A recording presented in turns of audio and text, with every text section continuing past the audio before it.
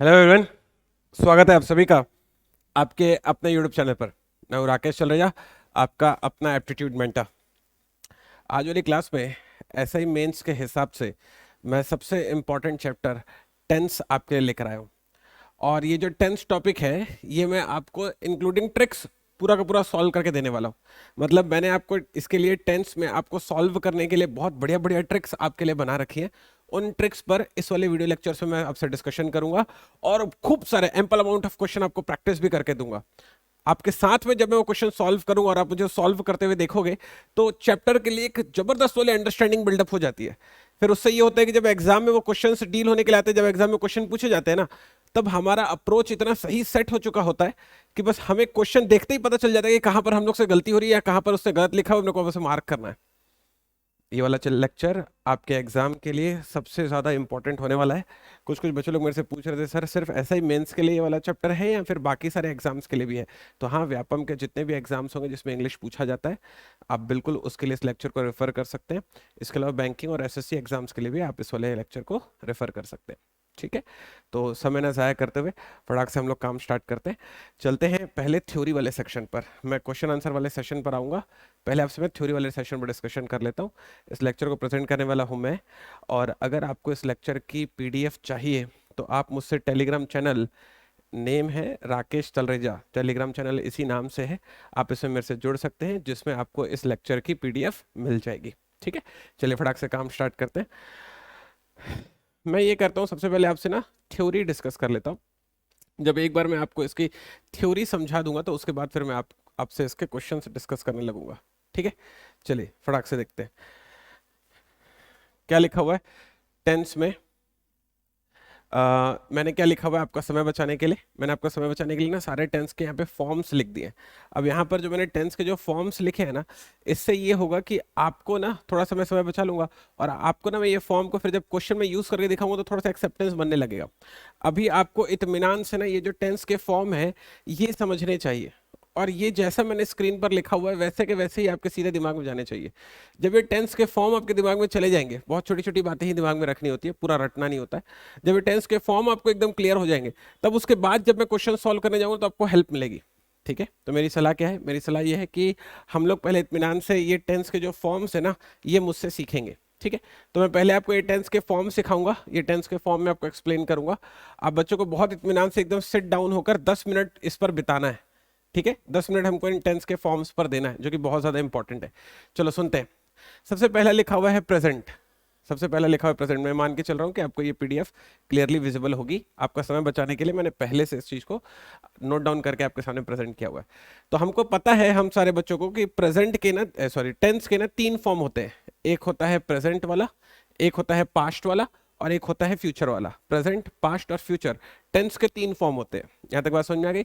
अब ये जो टेंस है जिसके 3 फॉर्म है, ये हर एक फॉर्म 4 सेक्शन में बटा हुआ होता है।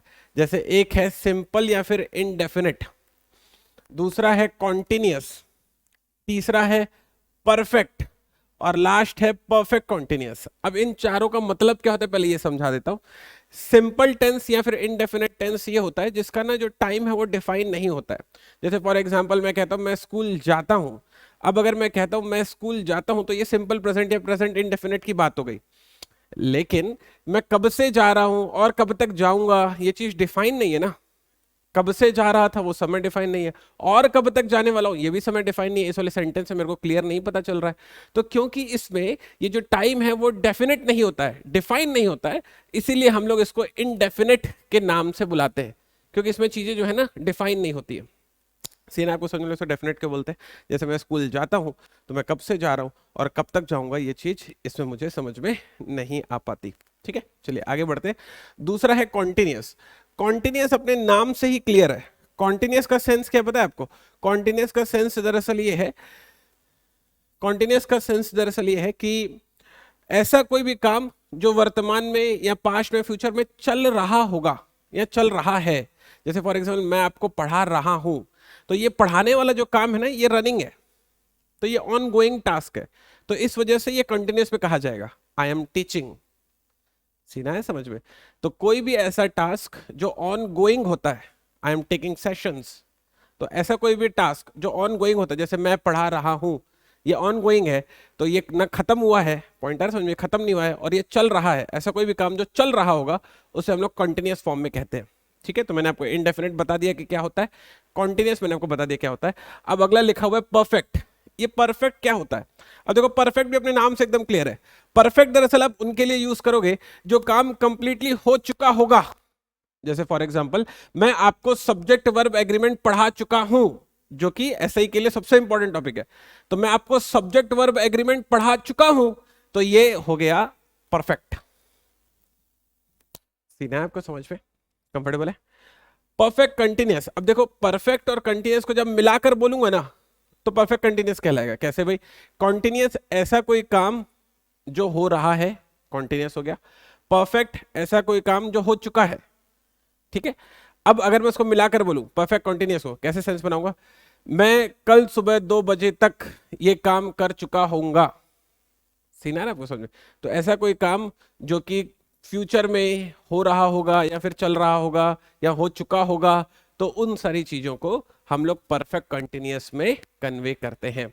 ठीक है, आपके एग्जाम में यूजुअली इनडेफिनेट, कंटिन्यूअस और परफेक्ट पर एग्जाम में क्वेश्चन ज्यादा आते हैं। परफेक्ट कंटिन्यूअस पर एग्जाम में क्वेश्चन कम आता है। उसका रीजन ये है कि हम लोग परफेक्ट कंटिन्यूअस टेंस को ना सामान्य बोलचाल की भाषा में ज्यादा यूज भी नहीं करते। तो इसके जो मैं सेंटेंस भी बोलूंगा ना, जैसे फॉर एग्जाम्पल मैं बोलता हूं कि कल सुबह 2 बजे तक मैं ये काम कर चुका होऊंगा, तो हम लोग ये सेंटेंस ना बहुत ज्यादा यूज नहीं करते। बहुत लिमिटेड फॉर्म में ये सारे सेंटेंस यूज होते हैं, लगभग नहीं होते। तो क्योंकि डेली वर्रा के इंग्लिश में परफेक्ट कंटिन्यूअस हम लोग ज्यादा यूज नहीं करते हैं, तो एग्जामिनर भी उस पर ज्यादा क्वेश्चन नहीं पूछता है। पूछ सकता है, मैं उसकी प्रैक्टिस आपको करवाऊंगा, लेकिन आपको मेनली जो फोकस करना है वो इनडेफिनेट, कंटिन्यूअस और परफेक्ट टेंस पर आपको ज्यादा फोकस करना है। इतनी बात क्लियर हो गई सारे बच्चों को? आइडिया एक्सेप्टेड हो गया? अब क्या है सीन, अब इसके आगे की बात सुनते हैं। ठीक है, अब जरा रिलैक्स होकर देखते हैं। देखो, प्रेजेंट इनडेफिनेट, प्रेजेंट कॉन्टिन्यूअस और प्रेजेंट परफेक्ट पर हम लोग अभी चीजों को इत्मीनान से रिलैक्स होकर देखेंगे। Present continue, present perfect continuous भी बताऊंगा, पहले इत्मीनान से ये 3 पर हम लोग पहले फोकस बनाएंगे। ठीक है, तो अभी मैं क्या करने वाला हूं, मेरे पास 3 टेंस है, वर्तमान, भूत और भविष्य, जिसमें मैं आपको वर्तमान टेंस, प्रेजेंट टेंस पर अभी डिटेल में इंफॉर्मेशन दूंगा। आपको 10 मिनट के लिए एकदम टिक कर सिट डाउन हो जाना है, और 10 मिनट के लिए ये पहले फॉर्म्स को समझने की कोशिश करनी है। जब तक आप ये थ्योरी नहीं समझेंगे, जब मैं क्वेश्चन सॉल्व करना स्टार्ट करूंगा, क्वेश्चन भी आपको समझ में नहीं आएंगे। ठीक है, तो इत्मीनान से पहले थ्योरी को समझिए। अब जरा सुनना, प्रेजेंट टेंस में जरा समझना, प्रेजेंट टेंस में इनडेफिनेट का क्या स्ट्रक्चर रहता है आपको पता होना चाहिए। That structure is subject V1 या फिर V5 फिर ऑब्जेक्ट। अब ये V1 V5 और ऑब्जेक्ट क्या होता है, पहले उसको एक बार इत्मीनान से आपको मैं समझा देता हूँ। जरा रिलैक्स होकर देखना, तो मुझे सुनना, मुझे देखो, सब्जेक्ट और ऑब्जेक्ट क्या होता है पहले वो सुन लो। सब्जेक्ट वो होता है, सब्जेक्ट वो होता है जिस पर बात चल रही होगी। ठीक है, या फिर जो बात कर रहा होगा, ऐसा सेंस। जैसे मैं पढ़ा रहा हूं तो मैं सब्जेक्ट हो गया। अब जिसके लिए काम किया जाता है, जैसे मैं तुम्हारे लिए काम कर रहा हूं, तो तुम ऑब्जेक्ट हो गए। पॉइंट आ रहा है समझ में? मैं राम को पढ़ा रहा हूं, आई एम टीचिंग राम। ठीक है, तो मैं अगर राम को पढ़ा रहा हूं, तो मैं पढ़ा रहा हूं तो मैं सब्जेक्ट हो गया, राम के लिए वो काम कर रहा हूं तो राम ऑब्जेक्ट हो गया। पॉइंट आया समझ में? तो कंटेक्स्ट क्या जरा इतना से समझना, सब्जेक्ट हमेशा करता होता है, ऑब्जेक्ट जिसके लिए काम किया जा रहा होता है उसे कहा जाता है। तो सब्जेक्ट और ऑब्जेक्ट मेरा ख्याल है क्लियर हो चुका होगा। अब उसमें वर्ब के 5 फॉर्म यूज होते हैं, वो वर्ब के आपको 5 फॉर्म एक बार एक्सप्लेन कर देता हूं, जरा इत्मीनान से देख लो। हालांकि वर्ब के हम लोग 3 फॉर्म सुनते आए हैं हमेशा से, लेकिन होते दरअसल 5 फॉर्म है, वो सारे के सारे फॉर्म आप सुन लीजिए। सबसे पहला होता है V1, फिर होता है V2, फिर होता है V3, फिर होता है V4 और फिर होता है V5। ठीक है, ये सारे वर्ब के फॉर्म्स होते हैं। वर्ब का जो फर्स्ट फॉर्म होता है, जैसे फॉर एग्जांपल एक मैं एग्जांपल लेता हूं जिससे मैं आपको इस चीज को समझा सकूं। जैसे मैंने ले लिया डू। ठीक है, वर्ब का जो फर्स्ट फॉर्म होता है ना, वो हमेशा वर्तमान काल के लिए प्रयोग किया जाता है। हमेशा इस बात को दिमाग में एकदम डाल लो, वर्ब का फर्स्ट फॉर्म वर्तमान काल के लिए प्रयोग किया जाएगा। कंफर्टेबल? और वैसे ही वर्ब का जो 5वां फॉर्म होता है ना, वो भी वर्तमान काल के लिए ही प्रयोग किया जाता है। तो 5वें और पहले में फर्क क्या हुआ सर? फर्क सिर्फ इतना हुआ कि हम लोग ने जो 5वां फॉर्म होता है ना, वो सिंगुलर फॉर्म वाला यूज करते हैं, जैसे डज। सीना आपको समझ में? तो ये मैंने आपको सब्जेक्ट और एग्रीमेंट में सिखा रखा है कि डू दरअसल प्लूरल है और डज दरअसल सिंगुलर है। आगे बात समझ में? तो V1 डू के सेंस में V5 डज के सेंस में, दोनों सेम होते हैं, दोनों वर्तमान काल के लिए प्रयोग किए जाते हैं। आइडिया एक्सेप्टेड है। अगला है V2। V2 जो होता है ना, दरअसल वो पास्ट के लिए यूज किया जाता है। ठीक है, V2 वर्ब का सेकंड फॉर्म अक्सर पास्ट के लिए यूज किया जाएगा। इसके लिए हम लोग फॉर्म यूज करते हैं, दैट इज डिड, ऐसा लिखा जाता है। ठीक है, और V3 हमेशा परफेक्ट के लिए यूज किया जाएगा। इसको हम लोग पास्ट पार्टिसिपल भी बोलते हैं, ऐसा कोई काम जो हो चुका होगा जिसके हम लोग यूज करते हैं डन। ठीक है, तो V3 जो होता है पास्ट पार्टिसिपल के लिए यूज किया जाता है। Idea accepted. ठीक है, V4 क्या होता है सर? V4 दरअसल जिरंड फॉर्म होता है। जब हम लोग V1 में ing जोड़ देते हैं, V1 में ing जोड़ दूंगा तो कैसा दिखेगा? ये सर। ठीक है, तो मैं ये मान के चल रहा हूं कि आपको वर्ब के पांचों फॉर्म क्लियर हो चुके हैं। अब इस पर मैं कोई भी वर्ब सेट कर सकता हूं, जैसे मैंने अभी डू लिखा, सिर्फ और सिर्फ आपके समझने के लिए मैं कोई भी फॉर्म ले सकता हूं। जैसे मैं एक फॉर्म यहां पे लिख रहा हूं गो। ठीक है, तो यहां पर वर्ब का सेकंड फॉर्म क्या हो जाएगा? वेंट। ठीक है, फिर वर्ब का थर्ड फॉर्म क्या हो जाएगा? गॉन। वर्ब का फोर्थ फॉर्म क्या हो जाएगा? गोइंग। और वर्ब का फिफ्थ फॉर्म क्या हो जाएगा? गोज। तो ये ऐसा हर एक के लिए पॉसिबल है और हर एक के लिए हम लोग इस तरीके से इसको बना सकते हैं। ठीक है, वर्ब के पांचों फॉर्म क्लियर हो गए। मैं मान के चलूंगा इसे आपने अपनी कॉपी में लिख लिया होगा, क्योंकि अब यहाँ पर V1 V5 इसी सेंस में चीजें यूज होंगी। तो आपको समझ में आना चाहिए सर अगर V1 बोल रहे हैं तो क्या बोल रहे हैं, V5 बोल रहे हैं तो क्या बोल रहे हैं। ठीक है, वो आपको समझ में आना चाहिए। चलिए आगे बढ़ते हैं, थोड़ा सा और रिलैक्स होकर देखते हैं चीजों को। जरा समझना, फोकस करना जरा। मैंने आपको क्या बताया था कि जो वर्ब का जो फर्स्ट फॉर्म है और वर्ब का जो फिफ्थ फॉर्म है वो दरअसल सिंपल में यूज किया जाता है या फिर इंडेफिनिट टेंस में प्रयोग किया जाता है। ठीक है, और वही प्रेजेंट के केस में। तो प्रेजेंट इंडेफिनिट या प्रेजेंट सिंपल प्रेजेंट जब बनाने जाओगे तो वर्ब का फर्स्ट फॉर्म या वर्ब का फिफ्थ फॉर्म प्रयोग किया जाएगा। इतना ही आपको दिमाग में डालना है। सेंटेंस बनाऊंगा तो कैसे बनाऊंगा? जैसे एक सेंटेंस लिखा हुआ है, ही राइट्स। ठीक है, ही राइट्स। अब दरअसल ये जो राइट है ये लिख रहा है, तो यहां पर सेंस बनेगा मैं लिखता हूं, ही राइट्स, या वह लिखता है, ही राइट्स। मैं लिखता हूं, आई राइट। सीना आपको समझ में? और मैं इस वाली चीज को लेकर शायद क्लियर हूं कि ही के साथ WRITES क्यों लगाया जा रहा है और आई के साथ WRITE क्यों लगाया जा रहा है। ये एस वाला वर्ब का फिफ्थ फॉर्म होता है और बिना एस वाला वर्ब का फर्स्ट फॉर्म होता है। Idea accepted. तो मैंने आपको क्या बताया कि प्रेजेंट इंडेफिनिट में V1 या V5 का प्रयोग किया जाएगा। सब्जेक्ट V1 या V5 प्लस ऑब्जेक्ट। ठीक है, यहाँ तक ओके अपन लोग? चलिए आगे बढ़ते, नेक्स्ट वाले टेंस की तरफ चलते हैं।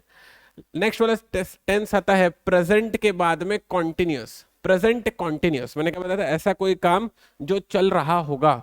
तो इसके लिए स्ट्रक्चर कैसा बनता है? इसके लिए स्ट्रक्चर बनता है is am are plus verb का फर्स्ट फॉर्म प्लस ING। ये वर्ब का फर्स्ट फॉर्म प्लस ING को हम लोग दरअसल V4 के नाम से भी जानते हैं। तो इज MR और वर्ब का फोर्थ फॉर्म, आगे बात समझ में, ये बनेगा प्रेजेंट कॉन्टिन्यूस। प्रेजेंट कॉन्टिन्यूस क्या होगा? इज MR वर्ब का फोर्थ फॉर्म। आइडिया एक्सेप्टेड है? ठीक है, जैसे फॉर एग्जांपल अगर मेरे को आपको सेंटेंस बना के देना होगा तो मैं क्या बोलूंगा? एग्जांपल के फॉर्म में मैं बोलूंगा he is writing. He is writing, तो ये ही हो गया सब्जेक्ट। इज, ये इज MR में यूज करना था तो इस मैंने यूज किया, और जो राइटिंग है वो दरअसल V1 प्लस ING है, राइट प्लस ING। आगे बात समझे? तो उसका सेंटेंस का मीनिंग क्या बनेगा? ही इज राइटिंग का, वह लिख रहा है। आगे बात पकड़ में। Present perfect. प्रेजेंट परफेक्ट में जरा दिमाग में डालो, परफेक्ट में हैज, हैव और वर्ब का थर्ड फॉर्म यूज होता है। हैज या फिर हैव और फिर वर्ब का थर्ड फॉर्म आपको यूज करना है। ठीक है, जैसे एग्जांपल यहां पर लिखा हुआ है, she has written a letter. She has written a letter, has plus written verb का थर्ड फॉर्म, हैज हैव या फिर वर्ब का थर्ड फॉर्म। हैज हैव कैसे यूज करते हैं? सब्जेक्ट वर्ब एग्रीमेंट में पढ़ा चुका हूं। Idea accepted? कंफर्टेबल है? अब परफेक्ट कंटिन्यूअस में देखो क्या लिखा हुआ है, हैज हैव बीन, फिर वर्ब का फोर्थ फॉर्म हैज या फिर हैव, फिर साथ में इसमें बीन भी लगता है। ये चीज इंपॉर्टेंट है, परफेक्ट कंटिन्यूअस में हमेशा आपको बीन टर्म का यूज करना होता है। वर्ब का फोर्थ फॉर्म प्लस ऑब्जेक्ट, फिर यहाँ पर आपको सिंस या फॉर भी हमेशा लगाना पड़ेगा। सिंस और फॉर पर एग्जाम में हमेशा क्वेश्चन आते हैं, इंपॉर्टेंट है। जैसे एक एग्जांपल लेकर बताता हूं। एग्जांपल है, I have been reading a novel since morning. ठीक है, मैं यह नॉवेल सुबह से पढ़ रहा हूँगा या पढ़ रहा हूं। सीनारा आपको समझ में? तो मुझे क्या समझ में आया ये चार फॉर्म से? 1 2 3 4, मुझे क्या समझ में आया इन चारों से एक बार आपको समझा देता हूं। एकदम इत्मीनान से रिलैक्स होकर देख लो। जब भी प्रेजेंट की बात होगी सिंपल प्रेजेंट के केस में मेरे को वर्ब का फर्स्ट फॉर्म या वर्ब का फिफ्थ फॉर्म यूज करना होता है। जब पास्ट की बात होगी, सॉरी प्रेजेंट कॉन्टिन्यूअस की बात होगी, प्रेजेंट कॉन्टिन्यूअस के केस में is am are plus verb का फोर्थ फॉर्म मतलब V1 प्लस ING यूज करना होगा। जब प्रेजेंट में परफेक्ट की बात होगी तो मुझे हैज हैव और वर्ब का थर्ड फॉर्म लेना होगा। और जब प्रेजेंट परफेक्ट कंटिन्यूअस की बात होगी तो आपको हैज हैव के साथ बीन डालना पड़ेगा, बस इतना आपको दिमाग में रखना है।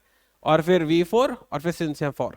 ठीक है, तो मेनली आपको ये तीन चीजें दिमाग में रखनी है, वो थोड़ा कम भी रखोगे चल जाएगा। ये तीन चीजें आपको दिमाग में रखनी है कि प्रेजेंट के केस में जब हम लोग सिंपल पर बात करते हैं तो वर्ब का फर्स्ट फॉर्म या फिफ्थ फॉर्म डालते हैं, कॉन्टिन्यूअस पर बात करते हैं तो इज एम आर और फिर V4 डालते हैं, और हैज हैव या फिर वर्ब का थर्ड फॉर्म डालते हैं परफेक्ट के केस में। ठीक है, ये छोटे छोटे पॉइंट है आपको दिमाग में रखने, क्योंकि आपको एग्जाम में ना पूरा सेंटेंस बनाने के लिए थोड़ी देगा बच्चे लोग, आपको एग्जाम में सेंटेंस बना हुआ रहेगा, उसमें आपको एरर चुनना रहेगा ना, तो ये छोटे छोटे पॉइंट आपके दिमाग में रहने चाहिए। ठीक है, चलिए आगे बढ़ते हैं। मैं ये मान के चल रहा हूं कि ये चीज आपने दिमाग में रखी होगी। अब यूज करते हैं पास्ट के केस में। जैसे प्रेजेंट के केस में जब हम लोग सिंपल प्रेजेंट बना रहे थे तो V1 और V5 यूज कर रहे थे, वैसे हम लोग पास्ट के केस में कुछ नहीं करेंगे, वर्ब का सेकंड फॉर्म यूज करेंगे बस। तो वर्ब का सेकंड फॉर्म यूज होता है पास्ट के केस में। एग्जांपल अगर लूं तो बनेगा शी रोट, उसने पत्र लिखा। आगे बात समझ में। नेक्स्ट है, जब आपको पास्ट कंटिन्यूअस की बात करनी होगी, पास्ट कंटिन्यूअस, जब प्रेजेंट कंटिन्यूअस होता था तो इज एम आर होता था, जब पास्ट कंटिन्यूअस होगा तो वॉज वर का यूज किया जाएगा, बस इतना ही फर्क है। वहां पर इज एम आर होता था, यहां पर वॉज वर होगा। ठीक है, और वैसे ही वहां पर V4 था, यहां भी V4 ही रहेगा। ठीक है, जैसे एग्जांपल अगर बनाऊं, दे वर राइटिंग अ बुक, वे किताब लिख रहे थे। ठीक है, चलिए आगे बढ़ते। पास्ट परफेक्ट में अगर आप मुझसे पूछोगे तो सेम वही सब कुछ रहेगा, वहां पर हैज हैव रहता था तो यहां पर हैड आ जाएगा। तो हैज हैव प्रेजेंट के लिए यूज होता है, हेड पास्ट के लिए यूज होता है। वहां भी वर्ब का थर्ड फॉर्म था, यहां भी वर्ब का थर्ड फॉर्म है। एग्जांपल अगर आप बोलोगे तो she had left her office when we came, जब हम वहां पहुंचे तो वह अपना ऑफिस छोड़ चुकी थी या फिर ऑफिस से निकल चुकी थी, ऐसा इसका सेंस है। Past perfect continuous, past perfect continuous के केस में subject plus had been plus V4 plus object since या फॉर प्लस टाइम होता है। मतलब क्या है इसका सर? अब देखो वहां पर हैज हैव था क्योंकि प्रेजेंट था, यहां पर हेड आ गया क्योंकि पास्ट है, बस इतना ही फर्क है। सीना आपको समझ में? तो एग्जांपल बनाऊं कैसे बनेगा? His elder sister had been dancing for 2 hours, उसकी बड़ी बहन 2 घंटे से नाच रही थी। सीना आपको समझ में? आइडिया एक्सेप्टेड है। तो फर्क क्या महसूस किए, क्या चीजें दिमाग में गई मेरे, एक बार बोल देता हूं जरा इतना समझना। अगर प्रेजेंट होगा सिंपल केस में वर्ब का फर्स्ट फॉर्म या फिफ्थ फॉर्म, और अगर पास्ट हो तो वर्ब का सेकंड फॉर्म। अगर कंटिन्यूअस होगा तो प्रेजेंट के केस में इज एम आर और वर्ब का फोर्थ फॉर्म, और अगर पास्ट हुआ तो वॉज वर और वर्ब का फोर्थ फॉर्म। अगर परफेक्ट हुआ तो प्रेजेंट के केस में हैज या हैव वर्ब का थर्ड फॉर्म, और पास्ट के केस में हेड लगा देंगे, वर्ब का थर्ड फॉर्म कर देंगे। गया दिमाग में? वैसे ही वहां भी हैज हैव बीन, यहाँ पे हैड बीन, काम खत्म। बस इतना ही छोटा छोटा आपको दिमाग में रखना है। अगर मेरे साथ बने रहे ना तो ये टेंस जो है आपका सबसे इंपॉर्टेंट चैप्टर, सबसे मतलब मजेदार चैप्टर हो जाएगा आपके लिए, मेरा प्रॉमिस है आपसे। थोड़ा देर बने रहना बस, ठीक है? मुझे एंड तक सुनना। फ्यूचर की बात करते हैं, चलो बच्चे लोग सुनना। फ्यूचर में जैसे यहाँ पर वर्ब का फर्स्ट फॉर्म होता है, यहाँ पर वर्ब का सेकंड फॉर्म होता है, वैसे ही फ्यूचर केस में विल या शैल लगता है। ठीक है, विल शैल के साथ हम लोग वर्ब का फर्स्ट फॉर्म यूज करते हैं, ये आपके दिमाग में रहे ये वाली बात। ठीक है, विल शैल के साथ हम लोग वर्ब का फर्स्ट फॉर्म यूज करते हैं। ठीक, तो अगर एग्जाम्पल बोलूँ कैसे बोलूंगा? ही विल हेल्प यू, वो तुम्हारी मदद करेगा, जाओ तो उसके पास तुम, ऐसा सेंस है इसका। अगला क्या कहता है? अगला कहता है subject will shall plus be plus V4 plus object. Subject will shall plus be plus V4 plus object, ये क्या सेंस है? फ्यूचर के केस में she will be staying there. अब देखो विल शैल यूज हो रहा है और फिर बी लग रहा है और साथ में V4 लग रहा है। फ्यूचर कॉन्टिन्यूअस मतलब वही चीज होती है जो फ्यूचर में चल रही होगी। She will be staying there मतलब वो वहां पर रुकेगी, ऐसा सेंस है। ठीक है, या फिर वो वहां पर रुक रही है, ऐसा सेंस है। वो वहां पर रुक रही है मतलब वो फ्यूचर की बात हो गई। ठीक है, कंफर्टेबल है? तो हमने क्या सीखा, कॉन्टिन्यूस के केस में विल शैल और बी फिर V4 यूज करते हैं। कॉन्टिन्यूस में V4 हमेशा लगता ही है, चाहे कोई भी हो, प्रेजेंट हो, पास्ट हो, फ्यूचर हो। ठीक है, आगे बढ़ते हैं। परफेक्ट के केस में क्या होगा, सब्जेक्ट विल शैल फिर हैव। परफेक्ट के केस में आपको दिमाग में डाल देना है कि हैज हैव या हेड लगाना है। अगर प्रेजेंट हुआ तो हैज हैव, पास्ट हुआ तो हेड, और अगर फ्यूचर हुआ तो विल शैल फिर हैव, विल शैल फिर हैव और वर्ब का थर्ड फॉर्म। कंफर्टेबल है मतलब? एक सेंटेंस लिखा हुआ है, सेंटेंस है his brother will have finished the work next month. उसका भाई अगले महीने काम पूरा कर चुका होगा। फ्यूचर की बात हो गई, चुका वाली सेंस में आ गया पर। एग्री करते हो इस वाली बात को आप? ठीक है। परफेक्ट कंटिन्यूअस फ्यूचर के केस में, future perfect continuous, subject will shell, future है तो विल शैल डालना है, इतना दिमाग में डाल लो, फ्यूचर है तो विल शैल डालना है। हैव बीन कंटिन्यूअस है, परफेक्ट कंटिन्यूअस है तो बीन भी आएगा, हैव बीन V4 और object. Lata will have been singing from morning, Lata सुबह से गाना गा रही होगी, ऐसा सेंस। ठीक है, कंफर्टेबल है? मैं ये मान के चल रहा हूँ कि ये जो टेंस के जो फॉर्म्स है ये आप बच्चों को बहुत ही अच्छे से क्लियरली समझ में आ चुके हैं। दो तीन छोटी मोटी बातें हैं, मैंने आपको जो भी चीज़ें बताई हैं वीडियो को रिवाइंड करके उसे लिख लीजिएगा, क्योंकि उन्हीं सारी बातों से एग्जाम में क्वेश्चन सॉल्व होंगे। और मैं उन्हीं सारी बातों को यूज़ करके, अभी जो आपको क्वेश्चन का सेट प्रैक्टिस करवाऊंगा, उन्हीं सारी बातों को यूज़ करके सॉल्व करूंगा।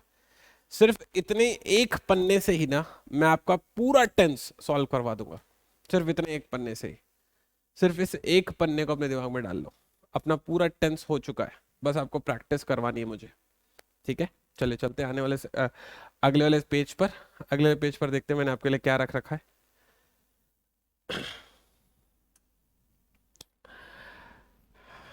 ये सबसे इंपॉर्टेंट है और इसके क्वेश्चन ना आपके एग्जाम में एकदम आते ही आते हैं।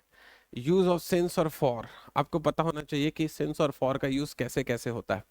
ठीक है, यूज और सिंस और फॉर का यूज करने जितने अलग अलग वैरायटी हो सकती है ना, वो सारी की सारी वैरायटी मैंने इस वाले PDF में लिख दी है, इसमें और कुछ नहीं बचा है। ठीक है, तो आपको ना ये बहुत इत्मीनान से मेरे साथ समझना पड़ेगा कि सिंस और फॉर कैसे यूज होता है। आपके एग्जाम में आएगा कि fill in the blanks with since और फॉर, एग्जाम में आता है आपके, तो आपको ये सीखना पड़ेगा मुझसे। ठीक है, तो चलिए शुरू करते हैं। सिंस और फॉर से कैसे हम लोग चीजों को सॉल्व कर सकते हैं, ये हम लोग अभी देखने वाले हैं। ठीक, चलिए शुरू करते हैं। देखो,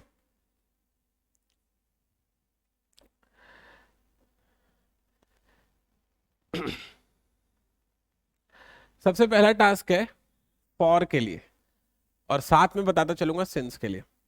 लिखा हुआ है for is used for indefinite और uncertain period of time, where as since is used for definite और पॉइंट ऑफ टाइम। अब देखो जरा बात को समझो, जब मैं अनिश्चित चीजों को बता रहा हूंगा, अनिश्चित चीजों को, तो वो मैं फॉर से बताऊंगा, और जब मैं निश्चित चीजों को या फिर पॉइंट ऑफ टाइम को बताऊंगा तो मैं सिंस से बताऊंगा। अब सर पॉइंट ऑफ टाइम से कहने से क्या मतलब है आपका? जैसे मैं कहता हूं 5 बजे, तो 5 बजे ये दरअसल एक पॉइंट ऑफ टाइम हो गया। जैसे मैं कहता हूं 5 घंटे, अब 5 घंटे पॉइंट ऑफ टाइम नहीं है, ये एक ड्यूरेशन हो गया। फर्क समझ में आ रहा है? 5 बजे मतलब 5 बजे से, 5 घंटे मतलब एक ड्यूरेशन हो गया, ये कोई पॉइंट नहीं हुआ टाइम का। समझ आई बात? तो जब 5 बजे की बात चलेगी, 5 PM की बात चलेगी, तो मैं सेंसर डालूंगा। जब 5 घंटे की बात चलेगी, 5 आवर की बात चलेगी, तो मैं फॉर डालूंगा। बस इतनी सी बात आपको दिमाग में डालनी है। पॉइंट ऑफ टाइम होगा तो सिंस, और ड्यूरेशन होगा तो फॉर। जा रहा है इतना दिमाग में? ठीक है, इनडेफिनेट होगा, अनिश्चित होगा, तो फॉर, डेफिनेट होगा, निश्चित होगा, तो सिंस। अब इनके कुछ डिफाइंड एग्जाम्पल्स हैं। ये एग्जाम्पल जो मैं आपको अभी दिखाने वाला हूं इस वाली PDF में, यही एग्जाम्पल्स आपके एग्जाम में सीधा सीधा आएंगे, और इन्हीं को समझ लो और बाकी सारी चीजों को छोड़ो। ठीक है, चलिए शुरू करते हैं। नंबर 1 से स्टार्ट करते हैं।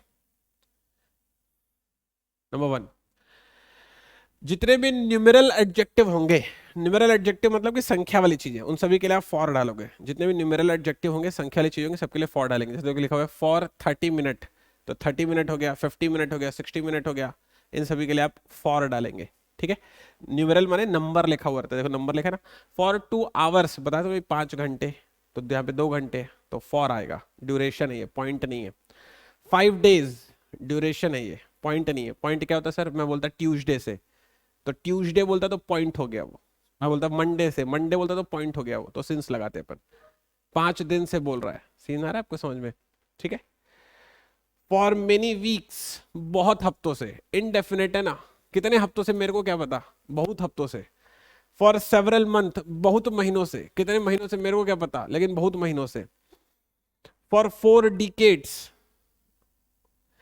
For several decades sorry. For 5 centuries, 5 centuries है, वो सेंचुरी कब की है, कहाँ की है, हमको क्या पता। फॉर 4 डिकेट्स, डिकेट का मतलब दशक, 4 दशकों से। कहाँ के दशक है, कब से शुरू हुए, कब खत्म होंगे, हमको क्या पता। इनडेफिनेट है, इसलिए फॉर लगा रहा हूं। For a minute, for an hour, for a long period, दिमाग में डालो। फॉर अ लॉन्ग पीरियड वाले केस में फॉर लगाते हैं, अ लॉन्ग पीरियड वाले केस में फॉर लगाते हैं। ठीक है, कितने लंबा समय है मुझे नहीं पता, इनडेफिनेट है। फॉर अ वाइल, थोड़ी देर से, लेकिन एग्जैक्टली कितना समय, इनडेफिनेट है। For a moment, for ever, बहुत लंबा समय है, पता नहीं कितना लंबा समय। फॉर द लास्ट 5 आवर्स, इसे दिमाग में डालो, ये एग्जाम में बहुत आता है। The last 5 hours, the last 6 days, the last 10 years, ऐसा। द पास्ट 6 ईयर्स, ऐसा आता है एग्जाम में। ये द लास्ट वाला और द पास्ट वाला, इनके साथ हमेशा फॉर लगाते हैं, इंपॉर्टेंट है। फॉर मंथ्स, कितने मंथ, इनडेफिनेट है, इसलिए फॉर लगा रहा हूं। ठीक है, तो ये हो गया फॉर वाला सारा का सारा। जितना मैंने इसमें लिखा हुआ है ना, इतना ही बस आपको करना है, इसके अलावा कुछ नहीं करना है फॉर के केस में। ठीक है, सिंस के केस में सुनते हैं। सिंस मंडे, देखो फॉर 5 डेज था, कितने कौन से 5 दिन थे मेरे को नहीं पता, लेकिन जब मैं मंडे बोल दिया तो फिक्स हो गया, सोमवार से भाई, तो इसलिए लगाया सिंस, डेफिनेट हो गया, पॉइंट ऑफ टाइम हो गया। सिंस जनवरी, तो कोई भी महीना रहे, जनवरी, फरवरी, मार्च, अप्रैल, सब में आपको सिंस लगाना है। ठीक है। सिंस 1980, 1980 से सिंस लगाना है। सिंस मॉर्निंग, सुबह से।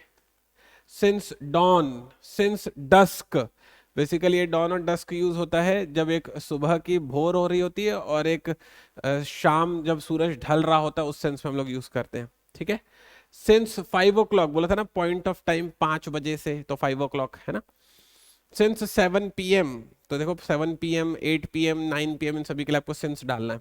सिंस यस्टरडे, ठीक है। सिंस लास्ट नाइट, मतलब पिछली रात से। ठीक है, अब देखो अगर द रहता, द लास्ट, देखो यहाँ पे ये लिखा हुआ है, द लास्ट रहता तो फॉर डालते। सिर्फ लास्ट रहेगा, इंपॉर्टेंट है, यही इसी वजह से एग्जाम में बहुत आता है, सिर्फ लास्ट रहेगा तो सिंस डालना। ठीक है। सिंस विंटर, सर्दियों से। सिंस स्प्रिंग, बसंत ऋतु से। सिंस ऑटम, पतझड़ से। सिंस दिवाली, दिवाली से। ठीक है। सिंस हिज अराइवल, अगर जीवन की कोई ऐसी विशेष घटना भी होती है ना, तो उसके लिए भी अपन सिंस डालते हैं, ये भी चीज दिमाग में डालो, ये चीज पेपर में आती है। जीवन की किसी विशेष घटना के लिए भी अपन सिंस डालते हैं। ठीक है। सिंस हिज मैरिज, देखो ये उसके जीवन की विशेष घटना है, भले दुखद रही लेकिन घटना तो थी ना, इसलिए वहां पर सिंस डाला गया। सिंस हिज चाइल्डहुड, बचपन से सिंस डालेंगे। सिंस लास्ट मंडे, वही बताया ना, द लास्ट होता तो फिर फॉर डालते, वरना लास्ट है तो सिंस डालेंगे। सिंस मिडनाइट लास्ट, ठीक है, यहाँ तक आप कंफर्टेबल है। तो ये सिंस और फॉर का अर्थ दरअसल से के अर्थ में ही होते हैं दोनों, लेकिन आपके एग्जाम में आते हैं सिंस और फॉर के क्वेश्चंस। तो मैंने जितना यहाँ पर सिंस और फॉर लिखा है, इतना ही बस आप कर लोगे तो पेपर में आपका एक भी क्वेश्चन नहीं छूटेगा, मेरा प्रॉमिस है आपसे। अब प्रैक्टिस के लिए मैंने आप बच्चों के लिए एक पीडीएफ तैयार कर रखी है। हम लोगों को इस वाली पीडीएफ पर अभी इसी लेक्चर में मेरे साथ प्रैक्टिस करनी है। ठीक है, तो हम लोग स्टार्ट करने वाले हैं आप बच्चों के लिए प्रैक्टिस सेशन, जिसमें मैं आप बच्चों को सिंस और फॉर के बहुत बढ़िया बढ़िया क्वेश्चंस अभी सॉल्व करके बताऊंगा। ठीक, चलिए शुरू करते हैं फटाक से, चलते हैं क्वेश्चन नंबर 1 पर। ये आ गए अपन क्वेश्चन नंबर 1 पर। ठीक है, क्वेश्चन नंबर 1 क्या कहता है, जरा इतना समझो। पहले हेडिंग समझ लो, हेडिंग में लिखा हुआ है fill in the blanks with for और सिंस। ये जितने भी ब्लैंक्स अभी लिखे रहेंगे, आपको इन सभी ब्लैंक्स को फॉर और सिंस से ही भरकर देना है। ठीक है, चलिए शुरू करते हैं नंबर 1 से। नंबर 1 कहता है he has been reading this book dash the last 3 year. मैंने आपको अभी भी बताया था कि जब भी द लास्ट रहेगा तो उसके लिए आप यूज करेंगे फॉर का। जब भी द लास्ट रहेगा तो हम लोग इसके लिए यूज करेंगे फॉर का, तो यहां पर आ जाएगा फॉर, द लास्ट के कारण ऐसा हो रहा है। ठीक है, सिर्फ लास्ट रहता तो सिंस आ जाता। The younger brother has been, question number 2, the younger brother has been sleeping dash 8 hours. मैंने आपको बताया जब भी न्यूमेरल एडजेक्टिव आता है, जब भी गिनती आती है, तब भी इसके लिए हम लोग फॉर लगाते हैं। एग्री करते हैं आप? ठीक है। फिर कहता है my wife has been working dash 5 o'clock this morning. 5 o'clock बोल रहा है, इसका मतलब कि एक पॉइंट ऑफ टाइम उसने बोला है। अब वो पॉइंट ऑफ टाइम बोल रहा है, इस वजह से यहां पर आएगा सिंस। मैंने आपको बताया था पॉइंट ऑफ टाइम के लिए अपन लोग सिंस यूज करते हैं। ठीक है।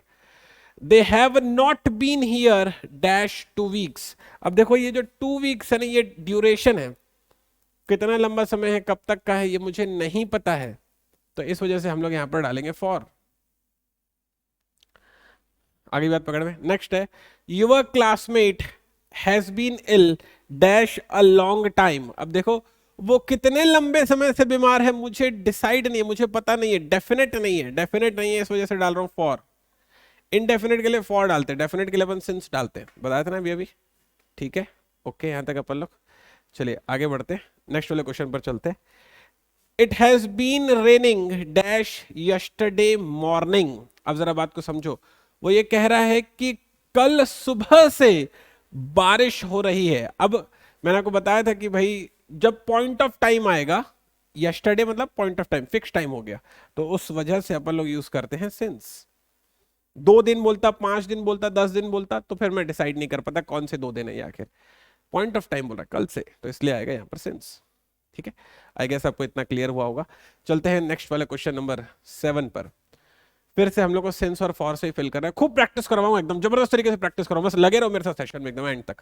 क्वेश्चन नंबर 7, चलो मेरे साथ फटाफट आंसर देने की कोशिश करो। I have been writing this book dash last November. मैंने आपको बोला था जब द लास्ट होता है तो फॉर डालना, जब लास्ट रहेगा तो आप सिंस डालना, बोला था ना आपको मैंने, है ना। नेक्स्ट है we have been waiting here dash an hour and half. अब 1.5 घंटे से जो है हम लोग यहाँ बैठकर जो है इंतजार कर रहे हैं। अब ये ड्यूरेशन हो गया, ड्यूरेशन हो गया, इस वजह से अपन ने डाला फॉर। सीन है आपको समझ में। नेक्स्ट है mister Thakur has been living in this town dash August 1989। अब देखो कभी भी जब ईयर वगैरह आते हैं तो इसका मतलब वो चीजें डेफिनेट हो जाती है, डेफिनेट हो जाती है, इसलिए यहां पर आएगा सेंस। ठीक है, पॉइंट ऑफ टाइम है ना। नेक्स्ट है I have not seen her dash the past 6 months। मैंने आपको बोला था जब लास्ट रहे तो फिर सिंस डालना, लेकिन द पास्ट या द लास्ट रहे तो आप फॉर डालना, बोला था ना। ठीक है। नेक्स्ट है the publisher has not seen me dash Sunday. अब सोमवार से मुझे नहीं देखा है, बोला रहता 6 दिन से नहीं देखा है, तो इनडेफिनेट हो जाता, बोल रहा है संडे से नहीं देखा है, डेफिनेट हो गया ना, डेफिनेट हो गया, इस वजह से आएगा सेंस। सीन आ रहा है बच्चों को समझ में, मैं कैसे सॉल्व करता हूँ इन चीजों को, आइडिया एक्सेप्टेड है। नेक्स्ट है at that time he had been writing a book dash 4 months। अब देखो 4 महीने से लिख रहा है, कौन से वो 4 महीने हैं, दूसरा एक तो ये ड्यूरेशन भी हो गया, इस वजह से आएगा फॉर। समझ पा रहे मैं कैसे चुनता हूं, आइडिया मिला आप सारे बच्चों को, कंफर्टेबल है यहां तक सारे बच्चे लोग? आगे बताएं आपको, चलते हैं क्वेश्चन नंबर 13 पर।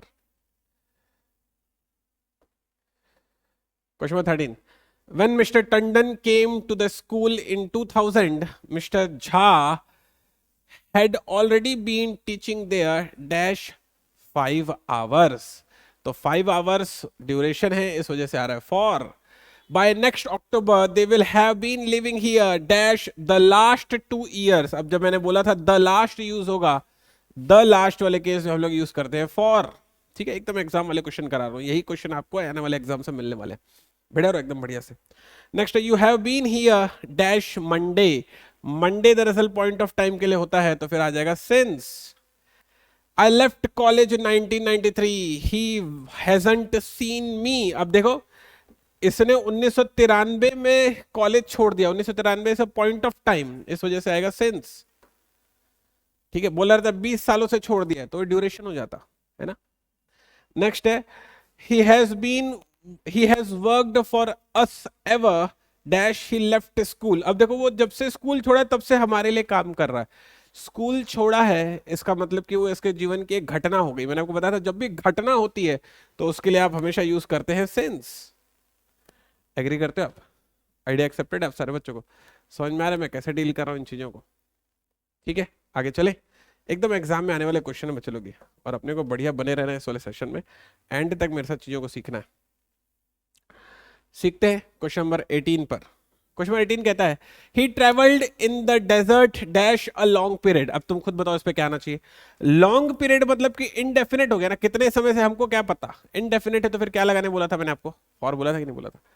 नेक्स्ट है she has been learning music dash 2 month, 2 महीने से म्यूजिक ही सीख रही है, ड्यूरेशन है, फॉर हो गया ना। नेक्स्ट है Shweta has been studying in Patna women's college last year. जब द लास्ट होता है तो फॉर लगाते हैं, लास्ट है इस वजह से क्या लगा रहे हैं अपन, सिंस लगा रहे हैं। नेक्स्ट है you have been learning English grammar dash many days, बहुत दिनों से सीख रहे हो तुम, कितने दिनों से सीख रहे हो मेरे को भी नहीं पता, लेकिन बहुत दिनों से सीख रहे हो, इनडेफिनेट है इस वजह से फॉर लगा रहा हूं। अरे स्वीकार हो रही है चीजें।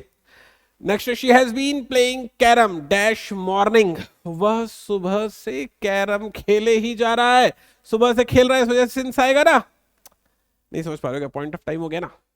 ठीक है आगे बढ़ते हैं। The parcel has been lying here dash several days, बहुत दिनों से ये पार्सल यहाँ पड़ा है, किसका है उठा लो नहीं तो मैं खोल के बैठ जाऊंगा। तो सेवरल डेज बहुत लंबे समय से पार्सल पड़ा है इस वजह से फॉर आ रहा है, पॉइंटर समझ में, इनडेफिनेट है ये। ठीक है बच्चों लोग, आइडिया एक्सेप्टेड है। चलते हैं क्वेश्चन नंबर 24 पर। क्वेश्चन नंबर 24 कहता है my mother had been fasting dash 4 weeks when the doctor came, होना चाहिए था वहां पे, गेम मिस हो गया। तो my mother had been fasting 4 weeks, 4 weeks से तो यहां पर क्या आ जाएगा, फॉर आ जाएगा।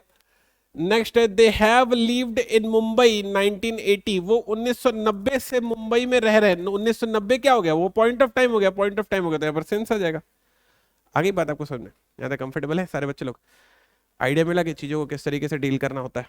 ठीक है तो ये पूरा का पूरा सिंस और फॉर का पूरा एक सेट हो गया, और इस वाले वीडियो में मैंने आपको क्या किया, टेंस की पूरी थ्योरी भी बता दी। अब नेक्स्ट वाले वीडियो में क्या करूंगा, जो मैंने आपको थ्योरी बताई है ना आज, नेक्स्ट वाले वीडियो में उस पर आपको मैं क्वेश्चन सॉल्व करवाऊंगा, और मस्त एकदम एग्जाम में आने वाले क्वेश्चन सॉल्व करवाऊंगा। ऐसा ही मेंस के लिए ये जो क्वेश्चन आपको टेंस में सॉल्व करवा रहा हूँ, इतने ही कर लोगे ना, इंग्लिश ग्रामर कुछ और नहीं भी किए, इतना भी अगर दिल लगा कर लिए ना, समझ लेना आपने अच्छे नंबर आने वाले। पूरे पूरे नंबर लाने के लिए तो ग्रामर की बाकी सारी चीजें भी सीखनी पड़ेगी, लेकिन एक डिसेंट मार्क्स लाने के लिए टेंस बहुत ज्यादा इंपॉर्टेंट है, क्योंकि इस पे खूब सारे क्वेश्चन एग्जाम में आते हैं। तो नेक्स्ट वाली वीडियो में आप बच्चों से मुलाकात होगी, जिसमें मैं आप बच्चों से एग्जाम में पूछे जाने वाले टेंस के क्वेश्चंस पर डिस्कशन कर रहा हूंगा। तब तक अपना ख्याल रखिएगा, मिलते हैं।